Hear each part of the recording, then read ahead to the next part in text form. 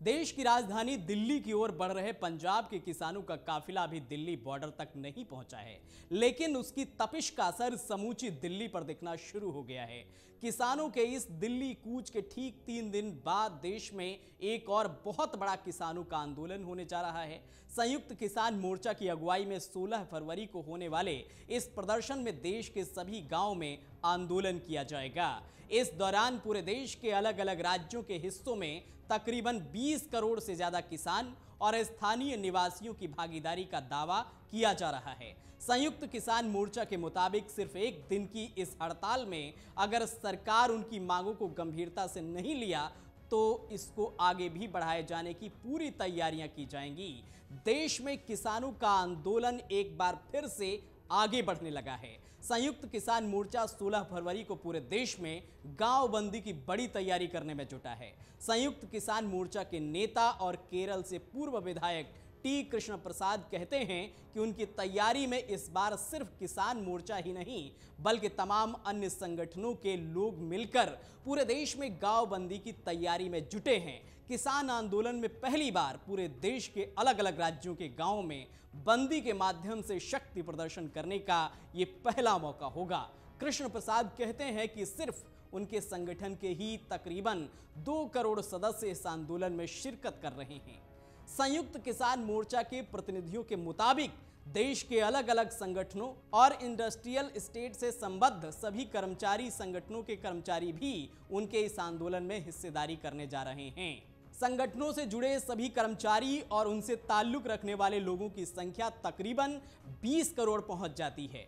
मोर्चे से जुड़े गांव बंदी आंदोलन की अगुवाई कर रहे नेताओं के मुताबिक ये बंदी महज एक दिन के लिए होने वाली है।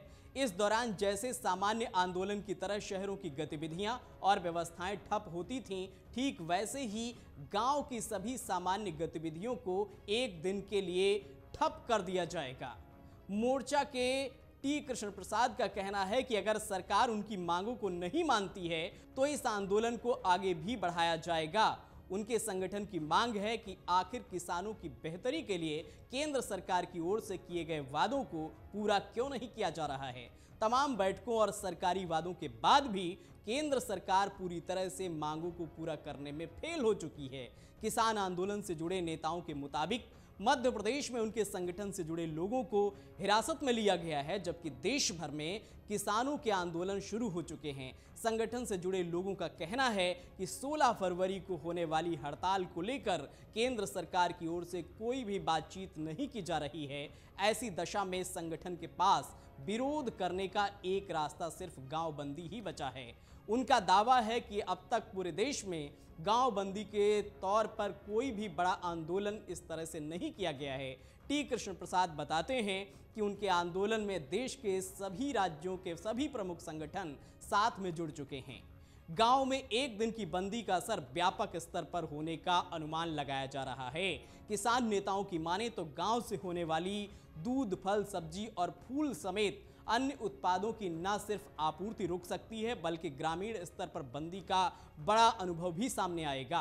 किसान नेताओं की माने तो गांव बंदी में सिर्फ पुरुष ही नहीं बल्कि महिलाएं, बच्चे और वह सभी निवासी शामिल होंगे जो गांव में रहते हैं। संयुक्त किसान मोर्चा के प्रतिनिधियों के मुताबिक उनका मकसद किसी तरह की अव्यवस्था पैदा करना नहीं है। वह एक दिन की गांव बंदी के माध्यम से केंद्र सरकार को आगाह करना चाहते हैं कि उनकी मांगे अगर नहीं मानी गई तो आने वाले दिनों में इस तरीके की बड़ी हड़ताल व्यापक स्तर पर शुरू की जा सकती है।